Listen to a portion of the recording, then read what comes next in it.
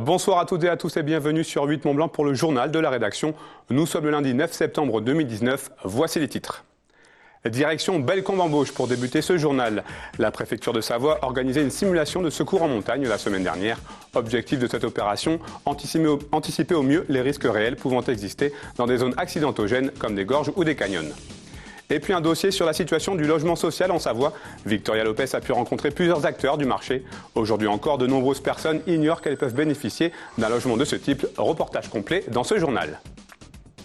Mais avant, une bonne nouvelle pour les opposants au projet de la centrale à bitume de Poisy. Ils ont enfin gagné leur combat. Après des mois de contestation et de tergiversation, Pierre Bruyère, le maire de la commune de Poisy, a annoncé la fin du projet dans une lettre adressée au préfet de Haute-Savoie et au président du Grand Annecy. Pierre Bruyère précise que cette décision est justifiée par le contexte d'opposition important et parfois virulent. On apprend également que le conseil municipal de Poisy était divisé à ce sujet. Pierre Lambert, préfet de Haute-Savoie, a donc mis un terme à ce projet. Il n'y aura pas d'enquête publique ni de consultation publique. La Savoie compte aujourd'hui 73 gorges et canyons. Très fréquentés pendant l'été, ces zones sont très souvent accidentogènes. Pour exemple, le canyon du Pont du Diable à Bellecombe-Embauche a attiré environ 6000 personnes entre juillet et décembre 2018. Pour se préparer au mieux face aux situations réelles d'urgence, la préfecture de Savoie a organisé un exercice de simulation de secours en montagne. Reportage à Bellecombe-Embauche de Camille Rivollet. Deux groupes de 7 jeunes sont coincés dans le canyon après avoir emprunté le lit du ruisseau. La montée des eaux les a piégés, certains sont blessés. Une situation imaginée qui pourrait s'avérer vraie. En peu de temps, les secours se dépêchent sur place. Vous bougez pas, on va venir vous chercher.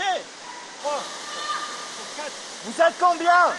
L'exercice répond à plusieurs objectifs, notamment celui d'être opérationnel dans des situations périlleuses. Il y a d'abord des techniques pour pouvoir progresser, donc descendre, donc c'est des techniques de descente en rappel, donc ça c'est assez classique. Après on a tout un tas de techniques qui consistent à pouvoir mettre en œuvre des dispositifs pour pouvoir acheminer du matériel, pour pouvoir faire sortir les victimes. Donc on utilise des treuils, on utilise des poulies, on utilise énormément de cordes et de dispositifs qui permettent de sécuriser les évolutions des sauveteurs, du matériel et des victimes dans un environnement qui n'est pas du tout équipé, prévu pour pouvoir recevoir une telle affluence et un tel déploiement de moyens. Parmi les acteurs, le service départemental d'incendie et de secours, le peloton de gendarmerie de haute montagne, la compagnie républicaine de sécurité des Alpes et le SAMU s'organisent pour coordonner les manœuvres. La particularité, c'est de faire travailler les services en commun. C'est-à-dire qu'il y a des secteurs géographiques normalement qui sont affectés à chacun. Et l'objectif que j'ai, c'est de faire travailler en commun pour que les gens se connaissent et puissent intervenir de manière plus facile si un jour nous sommes confrontés à un événement de grande ampleur qui ne peut pas être traité par un service tout seul. Et donc l'intérêt, c'est d'avoir une force de frappe plus importante. Cette simulation, en plus de faire travailler les acteurs ensemble, a pour but de s'entraîner aux techniques de sauvetage et au commandement des manœuvres. L'intérêt d'un exercice comme ça, c'est de travailler tous ensemble, bien sûr, mais c'est aussi de remarquer ce qui ne marche pas ou ce qui pourrait être amélioré. Et c'est l'objet des observateurs qui sont tout autour de nous, qui prennent des notes. À l'issue de l'exercice, il y aura un retour d'expérience, un rétex. Et ce rétex permettra d'améliorer encore le dispositif pour qu'on soit encore plus performant la prochaine fois. En quelques heures seulement, toutes les victimes sont sorties du canyon. Elles sont ensuite prises en charge par le poste médical avancé. Cyril Pucia n'est ni ébéniste ni charpentier, pourtant il restaure chaque jour des barques et des canots en bois. Il est aujourd'hui un des rares charpentiers de marine qui met en œuvre des techniques traditionnelles pour redonner vie à des embarcations d'une autre époque. Grâce à son savoir-faire, il restaure un patrimoine lacustre trop souvent oublié. Jean-Paul Crespi l'a rencontré dans son atelier à La Roche-sur-Foron. Précis, appliqué, rigoureux et soucieux du moindre détail, il restaure des pièces du patrimoine lacustre savoyard. Dans son atelier et entre ses bains, les bateaux bois qu'il reconstruit sont traités avec des produits naturels. Inconditionnel de la charpente traditionnelle, il utilise très peu de colle pour remplacer des varangues, des membrures ployées ou cassées et des bordages. Pour ses joints de calfeutrage, il utilise du coton. La même méthode était déjà utilisée au XVIIe siècle.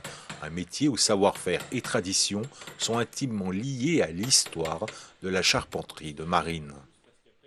Le métier se perd, alors naïvement au début je pensais que ça se perdait en France. Et puis je me rends compte, on est quand même sur une zone frontalière, donc je me rends compte que les confrères italiens et les confrères suisses ont les mêmes problèmes que nous en termes de recrutement, en termes de formation. Et c'est vrai que les chantiers ferment, les chantiers bois traditionnels ferment les uns après les autres. C'est uniquement la passion. Ce métier, c'est que ça. Si vous n'êtes pas passionné dans ce métier, vous ne tenez pas. Le métier, c'est trop exigeant.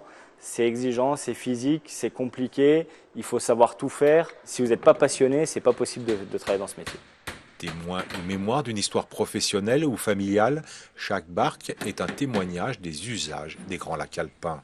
On accompagne les gens, on restaure des bateaux et derrière on restaure, des fois on restaure même l'histoire familiale parce qu'il y a des bateaux qui naviguent plus, qui naviguaient plus des fois depuis des années, qui malheureusement par la vie, les décès des aïeuls font que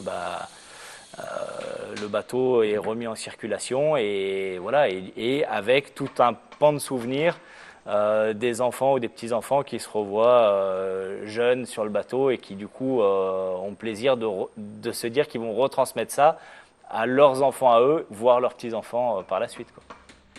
Qu'elles portent les signatures des chantiers Boki, Drivet ou Quiblier, parfois entreposés à même le sol, oubliés par leurs propriétaires, chaque restauration est un défi pour l'artisan. Charpentier de marine depuis 1994, la restauration occupe 90% de son temps, ce qui ne l'empêche pas de se pencher aussi sur des constructions neuves, avec toujours cette même volonté de s'inscrire définitivement dans la tradition des chantiers navals français. Vous êtes-vous déjà demandé si vous aviez le droit d'obtenir un logement social ? Selon l'Union sociale pour l'habitat, qui regroupe la majorité des organismes de logement social, le secteur de l'habitation à loyer modéré concerne 10 millions de locataires en France. Un Français sur deux vit ou a vécu en HLM. Pourtant, de nombreux individus éligibles ignorent leurs droits. C'est notamment le cas dans nos départements. Nous avons voulu en savoir plus sur la situation en Savoie. Reportage de Victoria Lopez.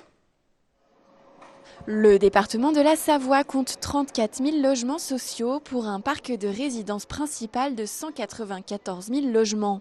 Selon les zones, la situation est plus ou moins tendue. La démarche est relativement simple. Les gens peuvent faire une demande de logement locatif. Donc ils ont un numéro national qui permet d'éviter les doublons. Et donc ça nous permet de vérifier que grosso modo en Savoie, c'est entre 10 et 11 000 demandeurs de logement. Alors c'est évident que ces demandeurs de logement se concentrent différemment selon les zones dites détendues ou pas détendues, mais ils sont enregistrés. Et à partir de ça, donc, à chaque commission d'attribution, on définit un certain nombre de points. Les agglomérations aixoises et chambériennes concentrent les demandes. Dans le Grand Chambéry, 3 000 demandes sont enregistrées chaque année pour 1 000 attributions de logements sociaux par an. La part de ce type d'habitation au sein de l'agglomération s'élève à 24,5%. Nous avons dans notre parc actuel donc 40% du logement qui nécessite une rénovation. Donc il faut qu'on continue de construire, mais il faut aussi qu'on continue de rénover. Et pour toute la partie rénovation, ce qui est important, c'est que nous avons donc créé de nouveaux dispositifs avec des plans de financement pour aider justement à la rénovation de notre parc qui nécessite une vraie rénovation.